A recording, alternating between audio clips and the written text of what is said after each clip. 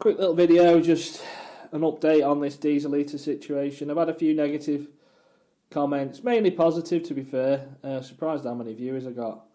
Just saying that it doesn't work and the oil won't burn in it, and I don't know, I've had loads of comments like that. Still working fine. I've changed the way I'm doing it a little bit over these last few weeks. I've started the machine on diesel, and then changing the settings back to what I said in the last video, and then running the oil after about 15-20 minutes once it's really warmed up. I find that it's a cleaner burn and there's absolutely no smoke whatsoever when you do it like that.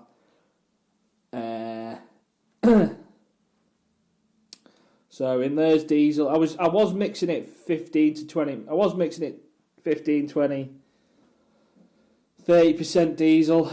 I've changed that now. I'm just running straight oil, starting on straight diesel, and then I finish the burn on straight diesel as well.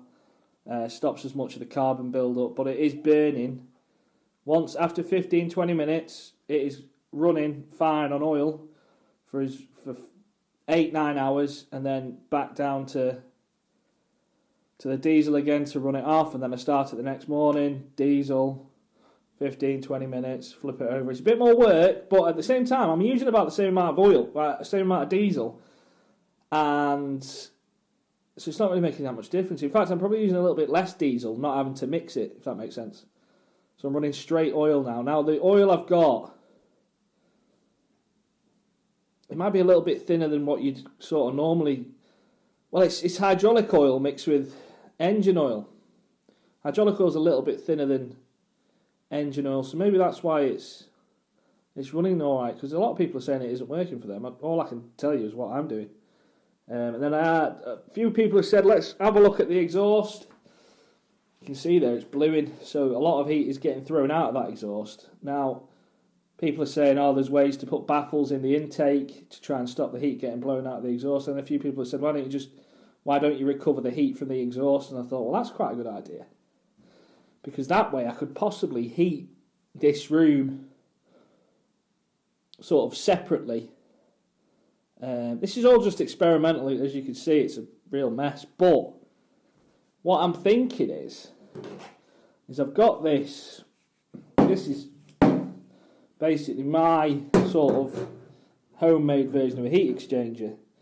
So you've got 22mm copper pipe that will be that'll come out, so we'll go from the exhaust to a piece of 22mm copper pipe. If you can see this, I've just made these. I've just spiralled. This is copper brake line, and I've just spiralled them. I've just spiralled that.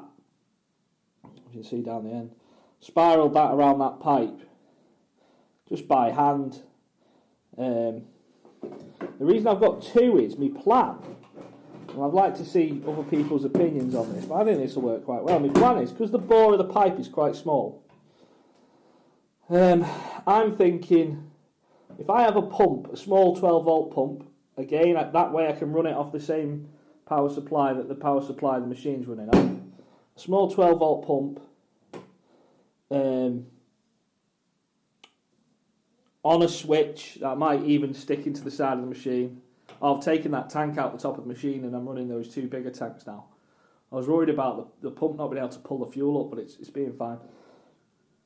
So if I get a small 12-volt pump, water pump, that's rated for hot water. Now I've seen some pumps for solar panels, the water solar panels that seem to be alright.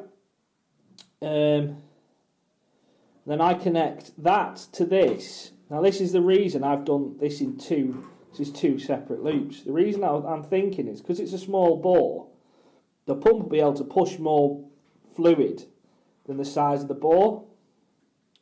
So, if anything, the pump's going to struggle pushing through such a small diameter bore. So I thought if I double it, just have two coils instead of one, and then feed, say, an in there, and an in there, and an out there, and an out there. That way, one pump will be feeding two sort of coils, and then coming out. And then my thought is, I'm either going to go for a computer radiator, one of the cooling radiators for a computer. They do a 30 centimetre by 15 centimetre one of those, like an aluminium core computer radiator. Or, my other thought, might be quite cool if we can use a normal radiator. And I've seen people do it with the exhaust, where they run an exhaust through and get the heat of the air through it. But it might be quite cool if we can get the water heat through it. Now, that, in my mind, that should work. And that's just a 1400 radiator, single panel radiator. And again, I don't really want to spend any money on this. It's all going to get ripped out. But I'm thinking if I get a little water pump, a radiator, and I have it pumping through here, obviously these are going to be removing the heat from the exhaust. It's just a heat exchanger, basically. Removing the heat from the exhaust. And then on the radiator, the only thing I can think is, as long as I make it a vented. So in effect, I'll be making like a mini vented hot water system, like a central heating system. So as long as I have like an overflow tank similar to what a car would have. So if I take one of these bungs out, and I come up to a little expansion vessel, and we fill the water to there, that means obviously water expands the hotter it gets. Any expanding water will come to the expansion vessel, and then as it cools, it should drop back down, exactly the same as a car. That's what I'm thinking. Now, anyone who can sort of tell me if it is or isn't going to work, but it's going to cost me like next to nothing, and I feel like it's a little experiment that is worth doing. The other option, obviously, if you've made something like this, what I'm calling a heat exchanger, is you could wrap it in a couple of runs of exhaust wrap, and if you're in like a camper van, or if you're in a caravan, or you're off grid for whatever reason, again, if you run 12 volt little 12 volt pump, if you had a bigger diameter, you could even use gravity. But if you run a little 12 volt pump, you could technically. Sorry, got cut off there. So yeah, my thought is, if you run cold water in the top, and then you could have, again, you could still use 2 coils, little 12 volt pump, cold water in, hot water out. That way you've got running hot water. It's how fast the heat's transferred between the two. But with it running around a lot of coils, and like I say, if you put a bit of exhaust wrap around it as well to sort of insulate this side of the copper from the outside a little bit better, it should. Well, I'm not the brightest button, but as far as I'm concerned, it should work.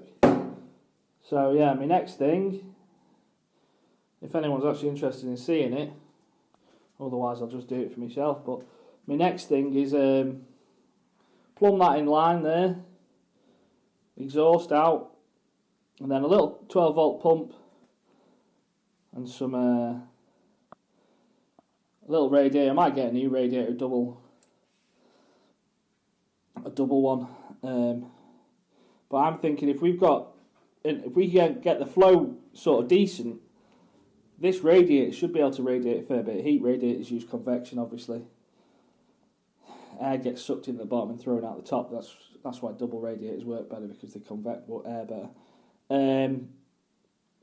But yeah, if we get sort of an okay-ish flow, it'll take very little flow to heat a radiator like that. Because you think a small boiler can comfortably heat 10 radiators in a house, so yeah. It's just a thought anyway. See what you think. Let me know on your opinions. But yeah, still working fine. just that change that I mentioned about, and also, like I say, remove the tank from the top of there, just because I got fed up of filling it up, to be honest.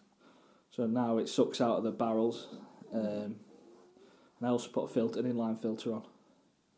So yeah, leave it with you.